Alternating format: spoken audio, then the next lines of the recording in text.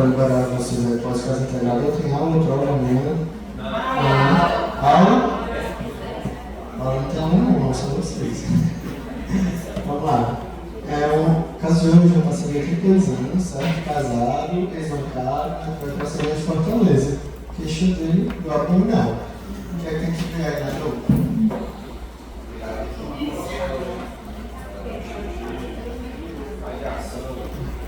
Você vai ver a característica do e está querendo ver se é obstrutivo ou radiatório, ou seja, que você está querendo ver. Se a gente não vê o lado do abdominal, vai para a emergência, você tem que responder algumas perguntas, né? Então, do abdominal, em um abdômen agudo cirúrgico, que se passar para ser operável, para ser cirurgião, ou não, do abdominal, do abdômen agudo não cirúrgico, ou seja, patologia aguda, que internou vai tratar, por exemplo, pancreatite. Ou não, uma doença crônica ambulatorial, sem intestabilidade, você não vai precisar examinar, e em teoria, no papel da emergência da diagnóstico de intestabilidade, por exemplo.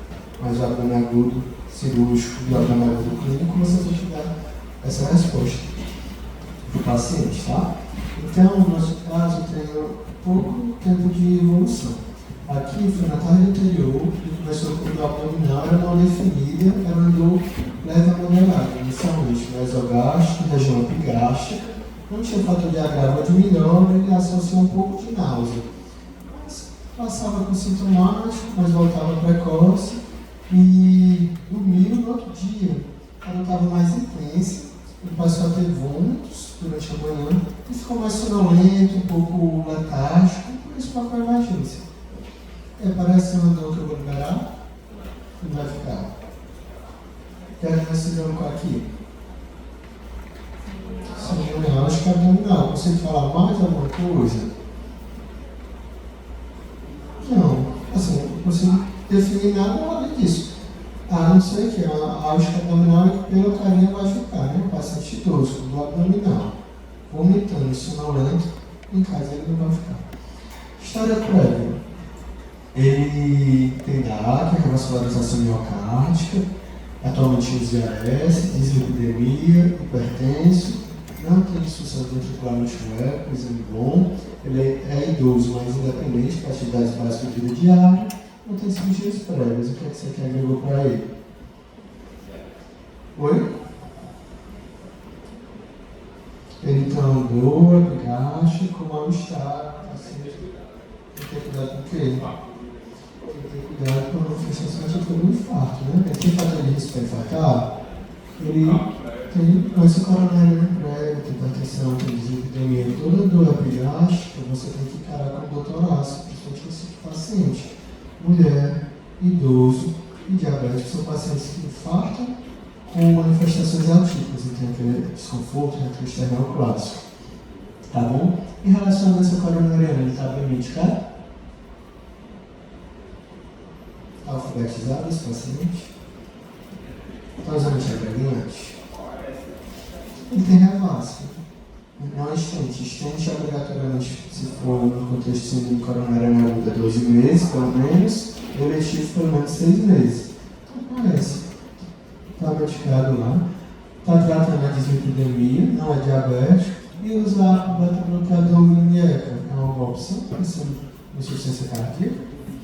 Quando a gente vai ver aqueles estágios, insuficiência cardíaca, você tem fator de risco, tem lesão estrutural, tem C, tem C refratário. O paciente que está no estágio B, ou seja, ele tem lesão estrutural, já que ele é coronariano, ele tem que usar um beta-bloqueador, não necessariamente beta-bloqueador por parte de mortalidade na insuficiência cardíaca, ele tem que usar um IECA sim. Então, está super bem medicado. Se ele tivesse um bloqueador do cálcio, isso não mudar. É a primeira escolha, bloqueador do cálcio com hipertensão. Mas ele é coronariano, então por isso que combinou ela abriu o beta-block. Se ele não fosse coronariano, era. Por exemplo, se ele não tivesse coronariano, esse isoprolol deveria sair e entrar um diurético com bloqueador do cálcio, com controle de pressão. Tá? História familiar, não sabe o motivo de óbito dos pais. Tem um irmão com DAC, faleceu aos 86 anos, com problemas cardíacos, deve ter sido infarto na época. Tem uma filha que é hipertensa e TAC. História social, ativista social, ele é um vozinho mais ativo, então um vínus meio fim de semana com a esposa, não está assim, e nada mais digno de nota em relação à história social. E o nada, diagnóstico.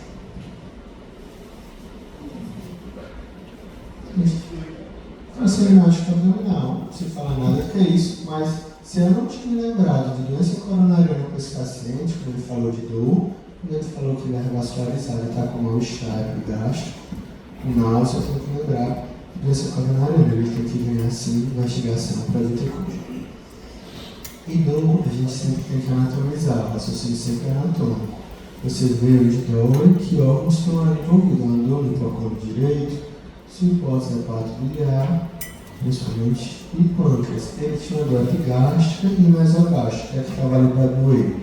Pode ser uma dor referida, cardíaca, uma dor de estômago, o estômago também é sucesso esopético, neoplasia de estômago, tem ali o duodeno, também para as duodenis, o pâncreas, via biliar, que era em reunião, não esquecer do colo, né? Colo transverso fácil também aqui em cima.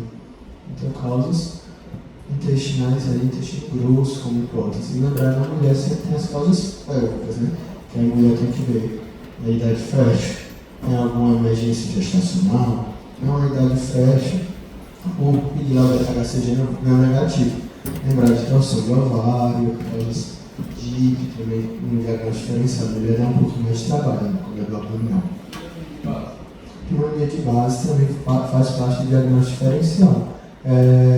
Também deveria ficar ali como hipótese. Eu só não botei como hipótese principal, como era mais epigástrico, geralmente a pneumonia de base é sempre um pouco mais lateral, mas claro que tem que pensar em pneumonia. Uma das principais causas de óbito em paciente idoso é a pneumonia. Então, tem que sempre ficar atento a esse diagnóstico. Vamos lembrar o paciente, né? Ele está febril, a PA média dele deve estar menor que 65, né? 88 mais 45, 2 vezes, o ditaquilidade menor que 65, frequência cardíaca 9,6, taquipileico, saturando bem, tem crescimento capilar 4 segundos. Ele está sonolento, desperta ao chamado, está desorientado, mas responde comandos. Não tem atenção durante o exame, ou seja, você está examinando, ele fala, responde, dorme, você acorda ele de novo, ele fala, responde, dorme. Não está conseguindo manter a atenção, está anfitérico, desidratado, ausculta cardíaca irregular sem sopro, ausculta pulmonar limpo.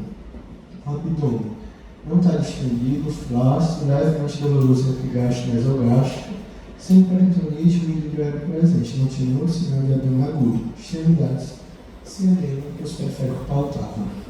E aí, um abdômen agudo? De cara assim parece? Do abdominal em vômitos tem que ver a obstrução. Parece um abdominal agudo obstrutivo? Não, né? Uma coisa que a gente tinha que pensar aqui. Perfeito, é isso, pode ser sepsis. A resposta aqui é? Por quê? Infecção possível provável? Onde é que estaria a infecção? Sei qual é, mas pode ter uma infecção, pode ser um abdominal agudo inflamatório. Né? E infectar. Tem instrução de quê? Pronto, perfeito. Essa resposta aqui, a gente sempre tem que se perguntar quando vê um paciente desse. A resposta é afirmativa. Sempre que tem uma infecção possível, provável, com disfunção orgânica, e deve conduzir como sexo. Ricardo, e do ponto de vista de critério, olha para o sulfo, 2 pontos do sulfo. Pode ser em sistemas diferentes ou no mesmo sistema. No exame físico, você já vê 3 sistemas, né? Você vê o sistema neurológico, que é o glasma reduzido que ele tem, hemodinâmica, que ele está perfundido, pé médio baixo, e respiratório. Como o respiratório, uma relação PF-PO2 sobre FO2, se ele tem uma saturação menor que 90, não é um caso, né? Mas se o paciente satura menos que 90 em ambiente, ele tem uma relação PF reduzida, ele pontua. Os outros critérios vai ser disfunção de trato gastrointestinal, que é a bilirrubina alta, disfunção renal, que eu vou ver com creatinina alta, e hematológico, que eu vejo com plaqueta, eu vou prestar de exame. Mas sem exame, a gente precisa saber se esse cara realmente tem infecção no paciente.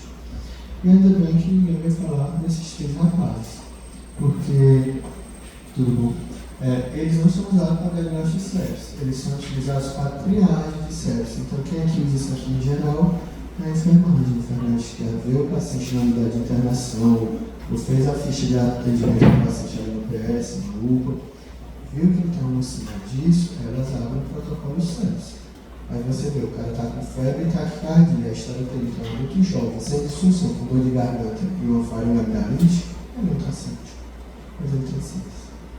Se você vai ver a história clínica, no pós-operatório, que estava sem conexão no ataque, espineiro, um pouquinho febril, com edema de membro inferior assimétrico, ele não está séptico, tem TVP.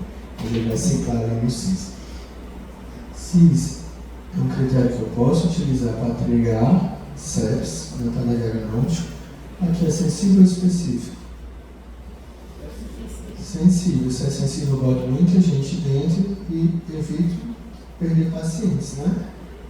Essa é uma crítica que o Hemisfério Norte faz ao CIS. O problema do CIS é que a gente é tardio no terceiro mundo. A gente tem muito choque séptico para pouca sepse, ou seja, a gente está deixando passar a sepse, só lembra de sepse não está chocado.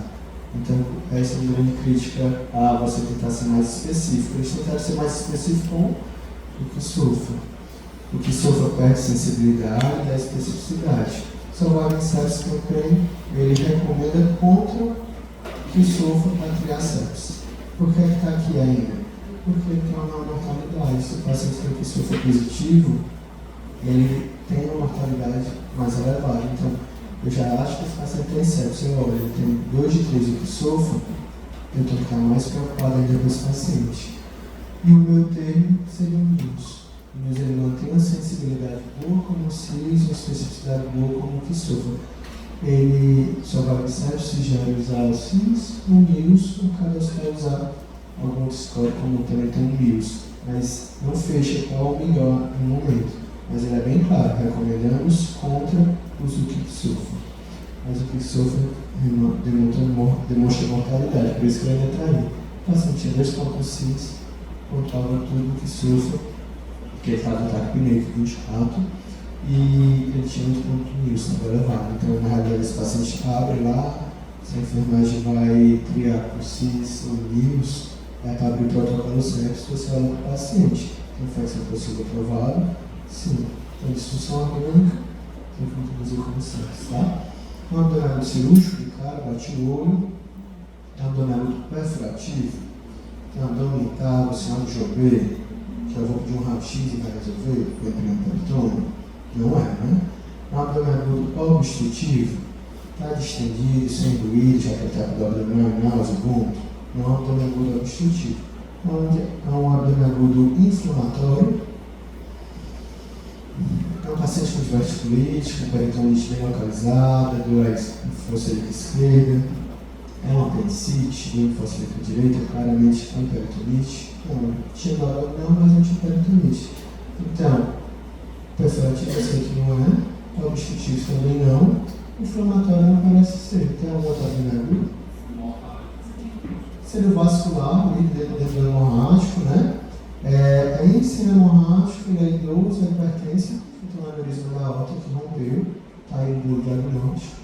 Ou ter algum outro evento vascular, tá bom? Então, de cara dizer que é cirúrgico, já vou ligar para o cirurgião? Não, preciso estudar um pouquinho mais, mas eu sei que eu tenho sepsis, né? Eu sei que eu tenho que fazer algumas coisas, tá bom? Porque assim, se você atende o paciente claramente abdômen agudo obstrutivo, você tem que chamar logo o cirurgião, você tem peritonite com abdômen intável e sinal de Jobert, ou seja, perfurou. Tem por que o paciente ficar 6 horas na emergência, 8 horas para você depois do exame chamar o cirurgião, né? Para avisar logo, o cara bateu o olho dele. Esse paciente de antibiótico, todo certo de antibiótico, depende. Só vale sepsis volta lá. Uma sepsis com certeza provável, antibiótico na primeira hora. Se eu não tenho sepsis provável, é possível, tipo, eu acho que é um caso de cetoacidose diabética, como foi o segundo caso lá de vocês. Já que não tinha um caso claro de infecção, mas tinha disfunção orgânica. Tinha como jurar naquele paciente que não tinha infecção? Não tinha. Não estou falando do caso integrado, estou falando do caso mesmo. Você parar para pensar, a cardio, uma das principais causas de desencadeamento de cardio é infecção. Então, se eu juro que não é infecção, tem uma disfunção orgânica, eu tenho certeza que é um TEP, certeza que é um AVC, certeza que é outra coisa, não tem sentido usar antibiótico. Se eu acho que é sepsis, com certeza, provavelmente é sepsis, inicio antibiótico e depois vejo. Já quando eu acho que é só possível, não tenho muita segurança, eu olho para a hemodinâmica. O paciente que está instável hemodinamicamente, eu não espero antibiótico na primeira hora. O paciente tem disfunção orgânica, mas estável hemodinamicamente, eu teria 3 horas para ver exames e definir antibiótico. Ricardo, eu trabalho na UPA, o exame sai com 8 horas. Esqueça esse slide, tá bom? Mas, em teoria, para sepsis possível, com estabilidade hemodinâmica, com estabilidade hemodinâmica, você pode esperar até 3 horas para o seu avaliar sepsis, tá bom? Nosso paciente, eu botaria ele com... Vamos lá. Para mim, ele é pelo menos provável, mas essa, Ricardo, eu acho que é possível. Ele está hipotenso, sonolento, tem destimento capilar reduzido. Ele está instável hemodinamicamente, igual a antibiótico, tá bom? Beleza? Em sepsis, o objetivo não é acertar, o objetivo é não errar. E o não errar é deixar de fazer antibiótico que era para eu ter iniciado. É péssimo quando o paciente vem com disfunção orgânica, você não começa antibiótico, ele piora, depois dos exames você vê, vixe, é uma sepsis, vou começar. Aí você deixou passar. E outro problema é comecei antibiótico de cara, vi os exames, não tem nada a ver com pneumonia ou um TEC, ou um infarto, ou outra coisa que eu tenho que fazer com antibiótico, suspender. Então, os 2 erros que eu vejo da sepsis é não iniciar quem precisa e manter quem não precisa. O resto, assim, eu deixo bem prático para você. Então, pensando em sepsis, colega, fiz satisfação de metronidazol. Pensando no foco abdominal, cobrindo o grau negativo com ceftriaxona, cobrindo anaeróbico com metronidazol. Como ele estava grávido, na realidade você vai para considerar um pouquinho mais, gravidez um pouquinho diferente. Você poderia já começar de cara com cobertura pré-sibiriana. Mas tudo bem, foi o que pensa. Cobertura pré-sibiriana. Sepsis abdominal ou protocolo é um pouquinho diferente, né? Sempre se ele tem risco de SPL, o grau de instabilidade para você definir o que vai fazer de cara. E, enfim, nível de casa, ele estava grave. Coletar cultura, diria que ele tinha que coletar cultura aqui. Ela pode pensar, saturação traqueal não vai coletar aqui no meu foco, a não ser que ele tenha vomitado aspirado e depois eu preciso entubar. Eu não acho que seja urinário, não acho que eles tenham pielonefrite, esse dado do meu segundo pielonefrite. Mas se sabe que isso não é uma cultura iria. Mas a cultura ainda não pode deixar de pedir. Processo de imagem, sepsis, no pacote da sepsis, a partir de infecção, antibiótico adequado, com o tempo adequado e com o foco. Se é foco abdominal, então abscesso, necrose intestinal, pode ser o melhor antibiótico possível, se não controla o foco, se não melhora. Bioquímica básica. Aí tem que ter o que na bioquímica aqui. Os exames do sulfa, o lactato, que não está no sulfa, a gente sempre reclama disso, né? E o broncoagulocano, né? Paciente bem cirúrgico, vai fazer o resultado tetrapial. E ele ganhou volume, inicialmente, como estratégia. Tá certo? Volume você vai fazer no paciente com sepsis e instabilidade hemodinâmica, tá certo? Ou estável macrohemodinamicamente com microalterado, que é o lactato. Utilização do antibiótico correto, rápido, na infusão adequada. Os antibióticos lactatos são tempo dependente, então a dose de ataque você faz rápido, você for fazer satisfação. Faço rápido para atingir esse pico primeiro, mas todas as outras doses, infusão estendida, tá bom? Isso rápido, espectro adequado, precoce. Lembrar que se o laboratório teve um problema, não vai conseguir em menos de 1 hora coletar uma cultura. Você vai conseguir antibiótico para ficar sem cultura. E você depois notifica o laboratório para processo de melhorias. O ideal é assim, né? Administração correta e reavaliação. Sempre, por exemplo, comecei no picotase para esse paciente, a cultura cresceu. Qual sensível a satisfação? Regrediu. Não ficou bem com o picotase? Expandi. Diariamente preciso manter antibiótico, preciso desescalonar antibiótico e escalonar. Sempre a gente tem que ficar vendo isso. Certo? O nosso diagnóstico aqui é. Só que não.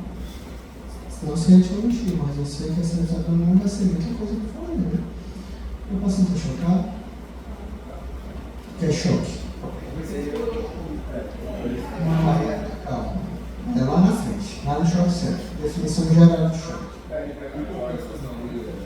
É um desequilíbrio, a gente tem uma balança. O desequilíbrio de O2 e VO2 e que vai levar uma perfusão. Se você pegar a definição atual de choque séptico, o paciente está na termodinâmica, você expandiu, não respondeu, precisou do vasopressor e do lactato 4. Isso é a definição atual de choque séptico. Mas a definição em geral de choque é o desequilíbrio entre a oferta e a demanda. Quais são as causas de choque? Disparado, sepsis. Ricardo, eu trabalho no glicose, provavelmente é rinite, distributivo, mas em geral, choque séptico. E o choque séptico não é só o mais comum, ele é muito mais comum. Se você somar o cardiogênico e o hipovolêmico, que é aqui dentro do hemorrágico, soma e você não chega nem perto da prevalência do choque séptico. Então, a disfunção hemodinâmica, para você não considerar a infecção, você tem que estar muito seguro de que é outro problema. Então, tem disfunção hemodinâmica, é muito pouco provável que o paciente ser pelo menos possível, estatisticamente certo. Você aqui tem, claramente o diagnóstico. Então, séptico principal, cardiogênico hipovolêmico, distributivo não séptico, aqui entre a rinite, entre o neurogênico, e o anafilático, e o obstrutivo, que ele é pouco prevalente, mas sempre muito falado, porque chocou obstruído são minutos a poucas horas. Ou você abre o vaso, com o teplasma, ou com função de alívio, o pneumotórax hipertensivo, ele vai morrer. Não tem muito que você ficar demorando. Então, o obstrutivo, apesar da prevalência baixa, esses aí o taponamento também está aqui, Esses sempre são muito comentados, porque você tem que ser agudo, definir e se conduzir rapidamente, senão vai morrer. E isso, então, se você parar para pensar, se é um desequilíbrio da DZO2, como é que eu trato o choque? Eu equilibro a balança. Isso tudo, o que é que eu posso mexer no consumo? Quase nada, exceto no séptico. O que é mexer no consumo na sepsis? Antibiótico correto, pode diminuir a resposta inflamatória, controle do foco, pode diminuir a resposta inflamatória, antitermo para o terceiro. Outra questão de consumo, o paciente que está em franca insuficiência respiratória foi ser entubado para diminuir a demanda respiratória de O2. Todo o resto do tratamento dos núcleos mexer no DO2, passar também um obstrutivo. DO2, você mexe no DO2, mas você tem que desobstruir. Autobase, condição de alívio, condição de má fama. Você tem esses chutes, E a fórmula do DO2, se vocês lembram lá no outro semestre, se não lembram, olhem bem para ela, porque essa fórmula vocês precisam saber. Essa fórmula faz parte da vida de quem for trabalhar na emergência. É o conteúdo arterial de oxigênio vezes o débito cardíaco. Choque, a gente vai melhorar o DO2. Para você melhorar o DO2, eu tenho que saber a fórmula. E percebam que quando a gente está falando de. Aqui é a fórmula do conteúdo arterial de oxigênio e aqui o débito cardíaco, que eu já botei junto tudo, tá? Desses componentes, qual é o que menos tem representatividade aí? Quando a gente está ligando isso, qualquer coisa vezes 0,031 é igual a nada. Então aí você entende porque quando a gente vai fazer manejo de insuficiência respiratória, pode ser para saturação. Eu não quero fazer hiperóxia, eu quero manter o paciente com saturação adequada. E depois que ele está saturando 100%, se aumenta a fração de oxigênio, eu vou fazer ele ficar com hiperóxia, vai lesar o pulmão, a PO2 continua aumentando, A saturação tem um teto, 100%. Mas o PO2 você consegue botar um PO2 de 300, 400, mas não vai resultar nada. Então, quando a gente vê o DO2, a gente tem que saber a forma e saber os componentes. Se eu tenho um paciente com choque, eu preciso melhorar o DO2, eu vou agir em coisas que vão manter uma saturação adequada, variando um pouco a referência, 92 a 96, 90 a 94, dependendo do livro. Hemoglobina adequada, maior que 7, maior que 8 do infarto agudo, e baixa paciência cardíaca adequada. Ricardo, os números, tu faz, eu não fico arrumando. Eu só fico olhando se o débito cardíaco está adequado, se a hemoglobina está adequada, se a saturação está adequada. É isso mais de choque, é só isso. Então a forma tem que saber. Não precisa saber os números, é o que compõe os botões. E não adianta a gente ter o melhor controle de oxigênio no sangue se ele não chega no tecido. Eu preciso de fluxo. E fluxo é do maior para o menor. Então eu preciso de pressão, grande de pressão. Então, além de manter um DO2 adequado, eu tenho que ter um pH médio adequado, da forma da pH média do sistômico e a resistência vascular periférica, tá bom? Então, tem uma pH média ali em torno de assim, geralzão, né? Claro que dependendo do choque, se for hemorrágico muda, se for um paciente neurocrítico muda. E o débito cardíaco, a gente acompanha a fórmula, a frequência cardíaca e os volumes sistômicos, tá bom? Se uma paciente está chocada lá, vozinho, sonolento, estímulo capilar lento e hipotenso, olha lá, frequência cardíaca de 35, ele tem um PAVT, qual é o tratamento desse choque? Eu vou mudar o DO2, ele está saturando bem, tem uma hemoglobina boa, e ele está com bradiarritmia, aumentar a frequência cardíaca dele com marca-passo. Fazer a tropina, não vai responder bem com o BVT, passar marca-passo. Por isso que você vai fazer. Quando é que eu ajo na frequência cardíaca? Só quando é uma bradiarritmia. Todas as outras coisas, você vai ajeitar hemoglobina, saturação e o volume sistômico. E quem é que compõe o volume sistômico? Pré-carga, contratilidade e pós-carga. Quem é que age na pré-carga? Oi? Qual é a medida que eu faço para melhorar a pré-carga? Volume? Perfeito. Quem é que age na contratilidade? É o time, atrópico, da buta, neurinano, levosgranano. Pós-carga. Pós-carga eu vou fazendo vasodilatador. Quem é que choca eu fico fazendo vasodilatador? Choque cardiogênico. Então, geralmente eu vou mexer na pós-carga, porque se eu aumentar a pós-carga, o que é que acontece com o volume sistólico?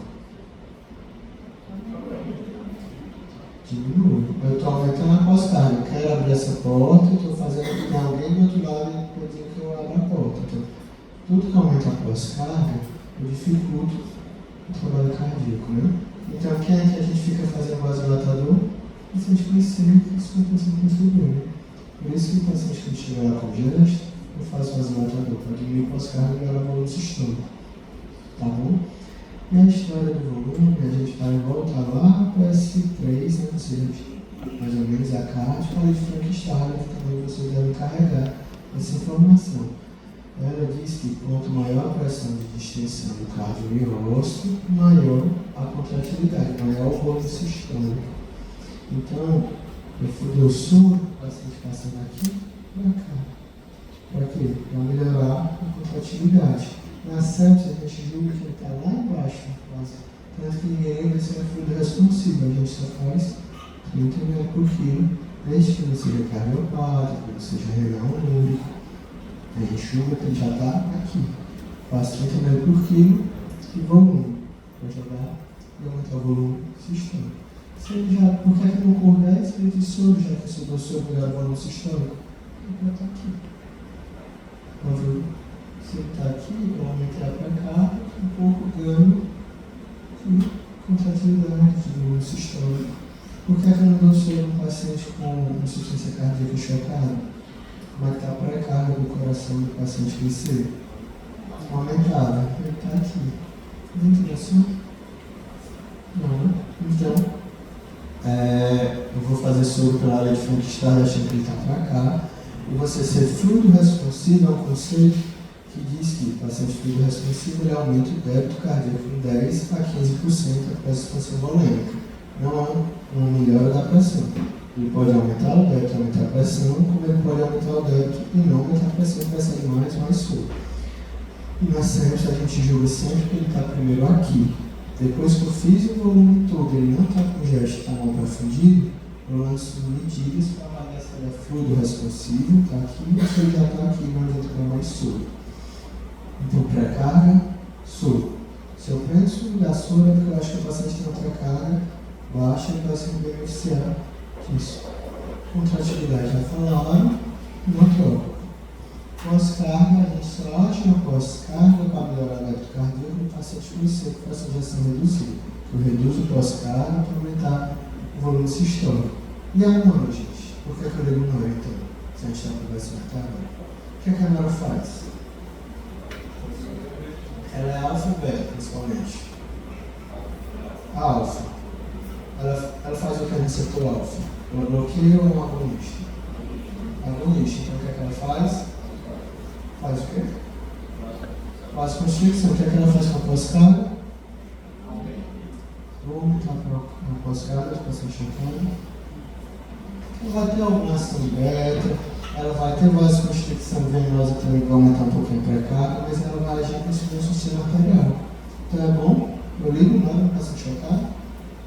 Vai ser bom para o D2? Não é, mas eu ligo na hora que eu preciso. Por quê?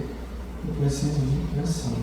Preciso de resistência vascular sistêmica. Então eu dou na hora para dar pressão para ganhar fluxo. Só que eu vou querer dar a menor dose possível de nora, porque eu sei que a nora entra na pânico. Tá bom? Então, onde entra o sentido da nora? Eu quero aumentar a resistência vascular periférica para dar PA média, para dar fluxo. Eu não estou aumentando DA2 quando eu estou dando nora. Eu aumento DA2 aqui dando vasodilatador, não vou dar vasodilatador no paciente hipotenso. Dou gluta, eu preparo. Expansão volêmica. Na hora para a resistência vascular periférica dar fluxo. Então, quando eu vou tratar um choque, eu vou agir no VA2, controle de foco, antibiótico, interfere, que ele for agitado, se for séptico. Eu vou agir no VA2, no sistólico, hemoglobina e saturação. E o PO2 eu vou esquecer. Mas na forma eu tenho que saber o que está lá, tá bom? Se você não lembrar, é bom não esquecer. Olha, isso foi um freestyle, descompomenta a forma de DA2, porque choque é uma condição importante, tá? Como eu vou ver choque, eu tenho que dividir os parâmetros de monitorização. Tem a macro-hemodinâmica e tem a micro-hemodinâmica. A micro ela se altera um pouco mais precoce, mas demora um pouco para você abrir a exame, e a macro salta os olhos. A macro-hemodinâmica basicamente quer ver a perfusão de alguns órgãos. Quando eu quero ver a perfusão neurológica, eu vejo nível de consciência. Quando eu quero ver parâmetros cardiovasculares de macro, é a média maior que 65. Diurese é a perfusão renal, tem que estar maior que 0,5 ml por quilo hora. O paciente acabou de chegar, chocado, não tem a diurese dele, mas ele vai ganhar uma sonda em 6 anos e eu vou saber como é que está a diurese dele, se ele está urinando ou não, que faz parte da monitorização hemodinâmica. TEC é tempo capilar. O Andrômeda Trial mostrou que é eficaz você fazer a ressuscitação volêmica guiada pelo TEC, quando comparado com o lactato, são equivalentes. Eu tenho como medir o débito cardíaco, ou pelo monitor com contorno de onda de pulso, ou faço pulso e calculo o volume sistólico ou a forma, tá bom? Ou termodiluição, que é o que o Swan usa. E a PVC está quase encerrada, né? A PVC não mede fluido de responsividade, se pensou muito que ela ia dar qualidade de pré-carga, que na realidade ela não dá, mas os termos de PVCs são verdadeiros. Se tem um PVC maior que 15, provavelmente esse cara não aumenta o volume. Se tem um PVC menor que 3, provavelmente esse paciente está seco para ganhar volume. Esses da marca hemodinâmica, os mais importantes são os primeiros, tanto que estão destacados. E além do TEC, tem a questão do score de livreiro em volta do joelho. Se você tem livreiro em volta do joelho, você tem um marcador prognóstico ruim no choque. Tá bom que é morto. Você fica. E micro, Ricardo? Micro nos restos lactato, centração venosa central e o beta-CO2. O lactato alto quer dizer respiração anaeróbica, mas nem só de essa teoria clássica, né? Você pode ter um lactato alto com dificuldade do clíris e lactato, quem é que faz o clíris? Principalmente o fígado. Então, cirrótico tem um lactato basal já mais alto, então estou atendendo um paciente cirrótico, ele tem um pouco mais de cuidado com o lactato. Outra forma de você aumentar o lactato sem ser uma perfusão é o uso de, digamos, estimulantes adrenérgicos, tipo beta-agonista, é um asmático, de hora em hora fazendo aerolência, o lactato vai subindo, fazer uma perfusão. Quando o paciente está chocado e se liga dar uma adrenalina, esqueça o lactato vai subir, você perde esse parâmetro. E a SPO2 é a saturação venosa de oxigênio que você coleta no acesso venoso central, tá certo? E tem a lista que é no SUAM. o valor de referência de 70% a 80%. Porque nem tudo de oxigênio que eu levo, eu vou consumir. É normal você ter uma taxa de extração entre de 25% a 30%. Tá? E se eu tenho uma saturação venosa central aumentada? Então, duas hipóteses. Estou com peróxido, estou dentro de oxigênio, estou sempre olhando na gás. Se a gás arterial está com peróxido, esse saturação venosa não vale, você perde parâmetro. Outra coisa é, se eu tenho uma saturação venosa central sem peróxido, além de 80%, ou seja, 85%, o que está acontecendo? Eu estou dando oxigênio, está chegando lá no tecido, e o tecido não está extraindo, o que é péssimo. Lesão mitocondrial. E se eu tenho uma saturação venosa central abaixo de 70%, sendo um paciente com saturação normal, arterial, quer dizer que eu estou extraindo mais do que era para sair. Extrair. Então eu tenho uma perfusão. E o gap de CO2 é a diferença do CO2 arterial e do venoso central. Ele é maior que 6, ele diz que o fluxo pela célula está ruim, porque essa produção de CO2 é constante e o CO2 é muito difusivo. Rapidamente ele sai do tecido, ele é produzido, vai para a circulação e rapidamente ele sai da circulação para o pulmão. Se você aumenta o gap de CO2, quer dizer que o fluxo de sangue na periferia está lento. Se está lento, você está, depositando mais CO2 na circulação. Então, sempre que eu tenho um gap alto de CO2, eu tenho que pensar em por fluxo periférico, no número do outro. Ricardo, eu uso só um? Você tem que ver o paciente como todo, macro, dinâmico e micro. Perceba que o paciente chega com estresse, ele chega com cara e ele não orgasmo, né? Tem problema lactato. Em 6 horas, esses pacientes têm instabilidade hemodinâmica que vai para ter ganho acesso, não só para usar vasopressor, mas para monitorização hemodinâmica. Em 6 horas, quando você vai reavaliar o lactato, você tem que ter um gaso, um par de gás na realidade, né? Pode gás arterial, SPO2 e CO2, tá?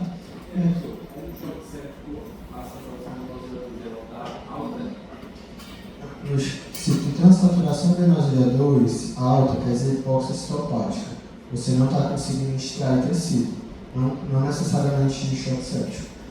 Qualquer choque grave, onde o tecido não está extraindo CO2, a saturação vai subir. Tá bom? E esse gráfico é só para também relembrar o S3 de vocês, da O2 crítica. Aqui é a oferta, aqui é o consumo. A gente não lê o gráfico daqui para cá, o gráfico daqui para lá. O que é que acontece quando eu estou aqui e vim para cá? O que é que aconteceu com o DO2? Eu estava aqui e vim para cá. Ou diminuiu minha oferta. O que foi que aconteceu com o consumo? Eu estava aqui e vim para cá. O consumo é VO2. Nada. O consumo é constante. Até aqui. Quando eu passo da D2 crítica, cai a oferta e o consumo cai. Se o consumo cai, a pressão celular. Porque aqui, daqui para cá, o consumo ficou constante e eu estou oferecendo menos. O que foi que aconteceu? Está no quadro. Eu extraí tipo 20%, agora eu estou extraindo 25%. Então, o que é que acontece com o DO2 crítico? Eu estou na extração máxima. A partir daqui eu não consigo extrair mais. A partir daqui, cada queda do volume sistólico vai resultar em lesão celular, porque eu estou diminuindo o meu consumo. Tá certo? E o que está acontecendo com a saturação venosa de O2? Daqui para cá. Saturação venosa central.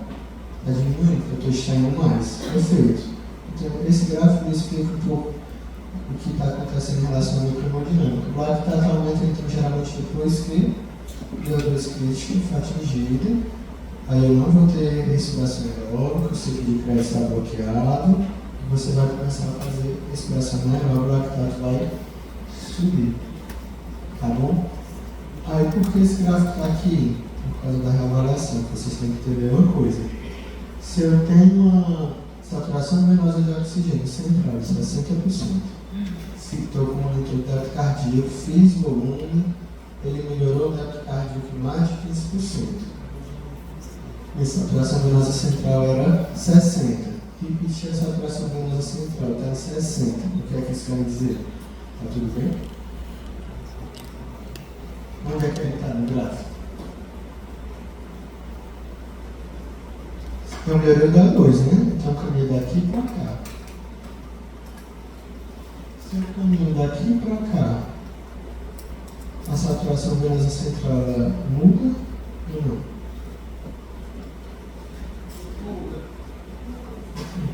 O que é que acontece com a taxa de extração? Se ela diminui a saturação venosa, faz o quê? Se eu fiz medidas, o paciente melhorou, está aqui o monitor, DO2 melhor, o débito cardíaco está melhor, o volume sistólico melhor, pressão boa. Aí eu repito a saturação venosa central, está aqui 60 e continua aqui. Por quê? Gestação é mesmo. Você não reduz a gestação. Então, lembrar que o que importa no suporte é a gestação. Uma coisa que às vezes as pessoas esquecem é de comparar como é que está a evolução da saturação venosa. Porque se eu melhorei a saturação venosa, eu saí da fase de consumo de oxigênio dependente da oferta. Se ela continua paradinha, a estação está no teto, está no talo, tem que tentar melhorar alguma coisa. Por exemplo, já utilizei tudo de uma hemodinâmica dele, o volume está adequado, o volume está adequado, está adequado. E essa saturação venosa melhora, onde é foco. O consumo. Por exemplo, o cara, o cirurgião não está querendo operar, esse cara não está melhorando essa dor. O consumo está alto, a estação está alta, não consigo, tá bom?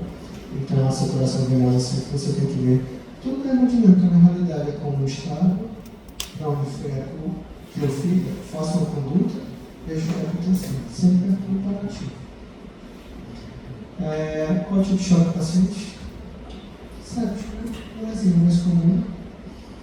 Como é que estava o nosso paciente de avaliação inicial? Ele estava sonolento, pH de 59, o tatático, TEC ruim, não dá para ver diurese, lactato 4.2, não tem SpO2 nem GAP, que acabou de chegar, no doutor passar a ser central, e a escuta pulmonar aparecer com gesto.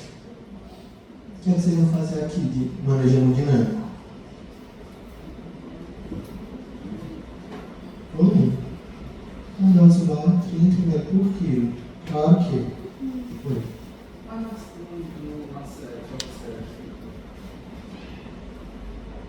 Ele não é perdido, não? O lado da mulher paterna não conta. Ele está mal confundido, ele está chocado. Esse paciente está aqui. Está atual, mal confundido. Já está ruim. Expansão volêmica. Ele era pequenininho, né? Foi 2 litros, né? Então eu calculei lá que para fazer 2 litros. Ficou 2 litros aberto, tem bufo. Você vai fazendo e reavaliando. Corri 1 litro de sono do paciente. Ele evoluiu com sinais de congestão. Essa turgência, crepitação, dispneia. Vou correr mais o resto do meu litro? Preocupado. E vejo, ele continuou mal perfundido? Não, ele está bem perfundido. Fica só em 1 litro e acabou. Se ele continua mal perfundido, aí eu tenho que ver o que eu vou fazer. Ele está mal perfundido, como é que está a PA média? Está abaixo, o que eu vou ligar? Se ele já está com a nora, ou ele não tinha PA média menor que 65, corri 1000 ml de soro nele, ele tem sinais de congestão, não cabe mais volume, ou ele para a PA média está maior que 65 e continua mal perfundido, o que é que eu vou fazer? Então você sabe a fisiologia das formas, não tem muito estresse, faz qualquer chato sem fazer outra coisa. Foi o que a gente fez para ele, 2 litros de soro. Ele ficou alerta, PA média de 60, frequência cardíaca tudo, PEC melhorou, saturando bem. E aí, tá tudo bem? Vamos fazer mais soro? Correr mais um sorinho, já corri 30 ml por quilo, já está bem mais um pouquinho. Ele está claramente com gesto. Mas já fiz 30 ml por quilo, né? Então já resgatei lá debaixo da curva de Frankenstein. Para eu fazer mais volume, eu tenho que ver se ele é fluido responsivo. Aí é uma parte, eu não vou entrar. Mas o correto seria ver teste de fluido responsividade. Se é fluido responsivo, vamos usar fluido. Por exemplo, você faz o leg raise para ele, calcula o Ok. Se ele não é fluido responsivo, o que é que eu vou fazer aqui? Não, posso ligar agora no periférico? A resposta é binária. Se fosse bater na prova, posso ligar um nó no periférico? Posso. Você pode ligar no periférico, você não deve manter por mais 6 ou 8 horas. Você não vai atrasar isso vasopressor para ligar nada. Inclusive, se ele chegar com hipotensão nessa vida, abaixo de 50, que é a média, o ideal é soro na hora de cara para recuperar a média. Então, vou fazer na hora. Eu disse assim, ele continua hipotenso. Ele não é fluido responsivo. Eu vou fazer soro? Não. Preciso melhorar a PA média?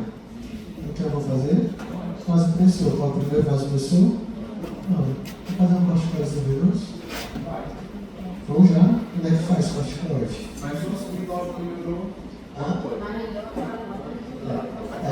Acabei de ligar na hora. Geralmente o corticoide entra quando você faz 0,25 a 0,5 microgramas por quilômetro de hora, você deve considerar corticoide. Número perfeito? Na hora que passamos no central. Então, a Nora entrou no periférico e ele já tinha pegado o nosso ganho central nenhum. Tá bom? Aí, como é que ele evoluiu? Lá leve, PA 74, TEC 2, diurese já deu 6 horas 07, lactato controle 3.5, deixa eu ver, gaso sem peróxido, débito de CO2 vai dar menor que 6 e SPV 73. Vou fazer mais sobre. Não, já vi que ele não é fluido responsivo antes, né? Vou aumentar não dá vontade de reduzir. Quanto mais na hora, pior para o paciente, né? É difícil estar aumentando lá pós-carga. Eu já atingi o objetivo da hora do choque, garantir que a média não consigo. Garantir a PA média que você calculou. Dependendo do paciente vai variar, mas eu vou entrar nesse método. Corticoide, vou fazer para ele agora. Não, nesses 12 ml de hora ali vai dar menos de 0,25 a 0,5. Segundo vasopressor, vou ligar a vaso. Não, né? A vasopressina ela entra quando eu estou com Nora e ele ainda está hipotência, a vasopressina está entre 0,25 a 0,5. Eu devo considerar o segundo vasopressor com a vasopressina. Vou ligar um double T para melhorar a DO2. Aqui a pergunta vai depender o quê?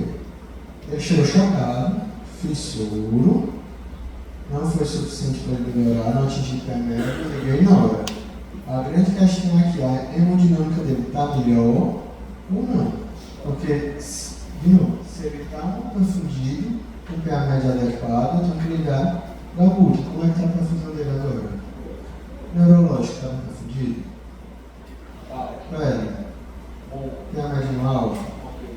Diurese. O lactato. E aí? Tá ok? Tranquilo? Pacientes com lactato que não varia 10% em 6 horas têm uma maior mortalidade aqui para mim. Então, aqui eu não preciso da dobuta.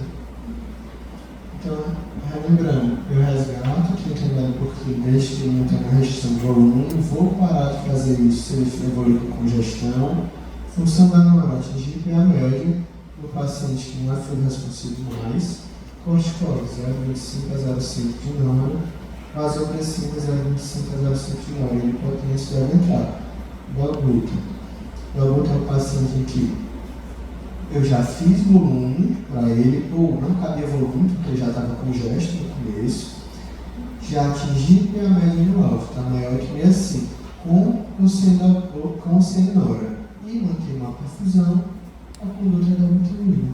Por exemplo, se esse lactato não clarece, o L2 dele bem baixo, ele continua sonolento, está com a PA média no alfa, não, deveria ser da luta. Então aqui não precisa nada da luta. Antes de avançar o espectro da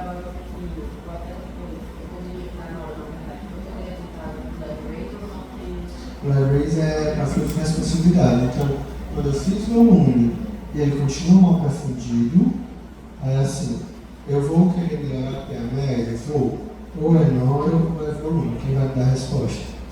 Teste de fluido responsividade Lagrace. Olha que não é feio. Eu já fiz aqui antes. Teria que ter feito Lagrace e calculado o tempo. Tá bom? Mas basicamente, se eu já fiz 30 ml por quilo e ele está hipotenso, essa hipotensão ou é soro, se for fluido responsivo, com algum teste que faça, ou vai ser nora. Ele não está hipotenso, está normotenso. Aí meu próximo passo é, ou se ele está mal perfundido, e com a pré-média nova, ou sem nora, eu tenho que melhorar o DO2. Ou vai ser pré-carga, se ele for fluido responsivo, ou se ele não é fluido responsivo, não tem uma perfusão, tem uma pré-média no alvo, eu dou muito. Essa é a indicação do muito. Tá bom? Então lembre sempre da foto. Aquela foto aqui é aquela figurinha clássica do Rose, né? As fases, o choque séptico, no começo você quer resgatar. Ou seja, eu faço 30 ml por quilo, depois vejo. Vejo que, de novo, eu esteja com gesto, eu vou fazer esse paciente cardiopata, carinúrico, porque não tem sentido, esse paciente sempre para carga alta. E o soro é para carga. Então é melhor entender quem entende e depois decorar. Fez essa fase inicial de resgate e, ou ele está hipotenso, ou ele está mal perfundido, eu tenho que entender se é nora, se é adulto ou é soro, que é a fase de utilização. A utilização, em outras palavras, é ambiente fluido responsivo, que é o Lagrace, por exemplo. Esse volume não é, ou é nora, se tiver pré-média baixa, ou é adulto, se tiver pré-média adequada. Se o cara chegar com gesto, mulher com a droga e vem isso lá. Ele chegou, o paciente, Chocado com gesto. chocado, ou seja, perfil C? MC, perfil C. Aí eu vou fazer o quê? Medidas para insuficiência respiratória, GRES, VNI, medidas hemodinâmicas. Ele tem uma PAS maior de 70, em alguns livros ou maior que 80? Tem. Se ele tem menos do que isso, não é da luta. Tá bom? Esse paciente é no choque séptico no cardiopata, tem para carga alta, não tem sentido que passou. Por isso que é importante. Se você parar para pensar, se você sabe a fisiologia desse estado de DO2, em que você vai agir, como está o estado sanguíneo do paciente, você não tem sentido, o cardiopata está pegando volume. Claro que o paciente cardiopata pode estar hipovolêmico também, só que você tem que avaliar direitinho, ele não pode comer a bola dele ficar com gesto, tá? E aqui são as horas, né, iniciais também disso. Quanto dia você já... Aqui eu não me preocupo com balanço. Já no segundo, terceiro dia você tem que tentar deixar o balanço ali mais para neutro. Na fase final você tem que recrutar, né? Você tem que tirar volume, enxugar, diminuir hidratação, fazer frosemia, afinal de contas você não quer que fique o paciente aquele bonequinho da Michelin, que a gente chama, né? Um balanço. Então, volume aumenta a mortalidade não tem, mas na fase inicial a gente precisa resgatar, que é o uso.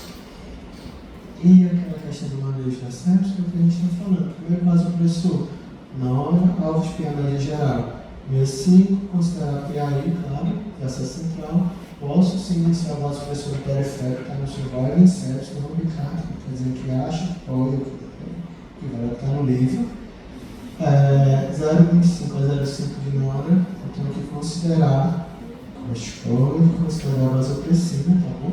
Como segundo medida, e sempre que eu mantenho uma perfusão e o paciente tem o PA médio adequado e não é fluido responsivo, porque existe a carga da pressão séptica nas primeiras 48 a 72 horas.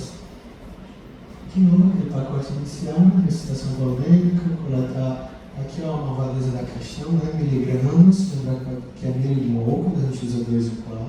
Cuidado, não botei isso na prova, mas já vi provas que botam 1 miligrama por decilitro e às vezes você erra por isso. Cultura antibiótica, essa cultura não vai ser coletada, não adianta ficar ali retardando antibiótico, dando antibiótico, principalmente ele instável, cristalóide 30 ml por quilo, se hipotensão ou lactato maior que 4 vezes 9 dá 36, que é a conversão de milimol para miligrama por decilitro. E o alvo da pré-média nesse exercício, que está na cabeça de todo mundo, afinal de contas, vocês vão lidar bastante com vocês, quando trabalhar em emergência. Exames, é mais em casa. Você estava com uma hemoglobina de 12, deu 13, o aluno normal, PCR bem alto, funcional normal, calção normal, ok, bilirrubina 1, lactato 4.2, e a base era para a negativa vista. Elétrico, no médico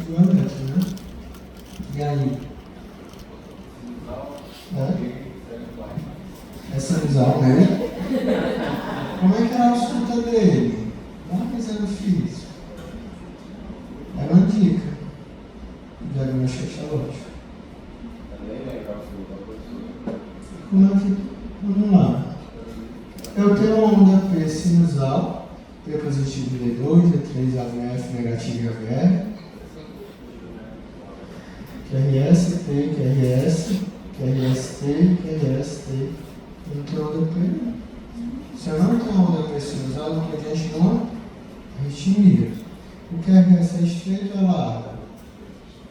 Tem como ser algum ritmo ventricular? Não, eu estou diante de uma arritmia supraventricular. Meu RR, como é que está? Regular? Ele é regularmente irregular ou ele é irregularmente irregular? Ele é o quê? Não. Ele é regularmente irregular ou ele é irregularmente irregular? Ele é irregular. De vez em quando ele está todo tempo irregular. Então ele é regularmente irregular. Né?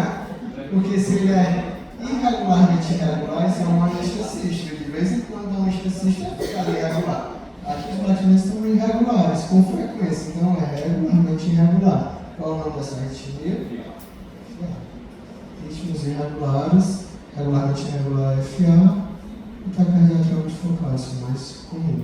Então é FA. Por isso que a ausculta cardíaca dele era irregular, e ele está no abdominal. Aqui atrás, né, só para saber, você teria que qual é o problema da FA, controle do ritmo, controle de frequência e risco de AVC, de coagulação, mas só nem só de AVC e do FA, pode valorizar para a perna, pode valorizar para o abdômen. Poderia ser esse que mais interno, paciente?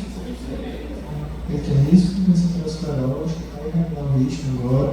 É um cara que está grave, chocado, com dor abdominal, que não tinha peritonite franca, que era uma doença mal definida, né? Tá certo? E lembrar que uma FA não controlada por muito tempo, ela faz taquicardia e miotaxia também, não faz IC. Exame de imagem, viu? Qual?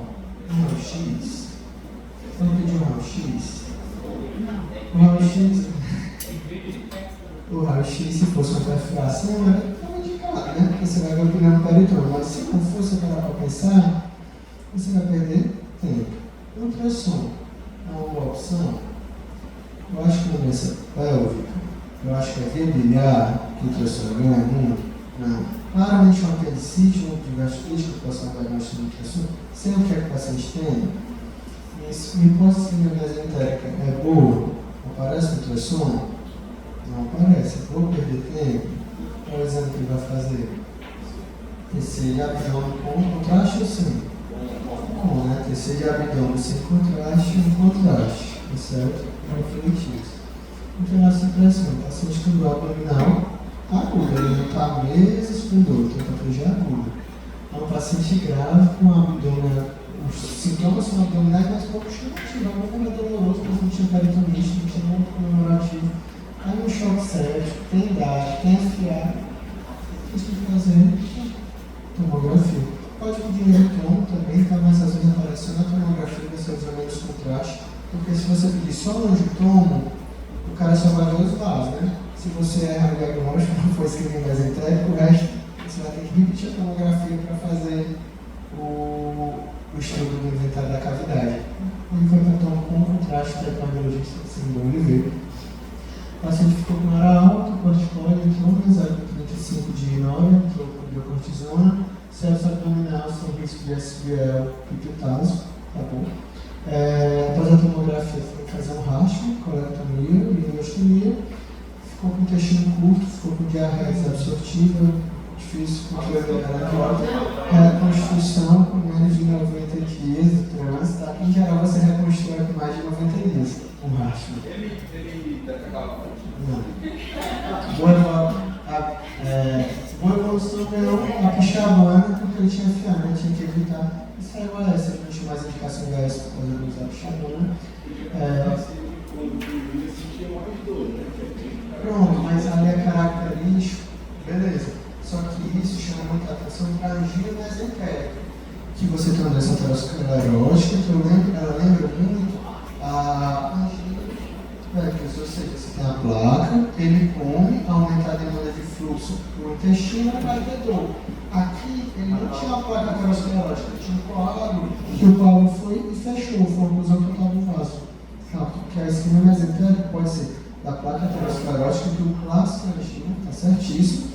Pode ser assim, uma dor aguda, uma acidose, um lactato alto, pode ser uma trombose venosa, que é um quadro um pouquinho mais brando, mas não é uma urite cardiogênica, geralmente é trombofilia.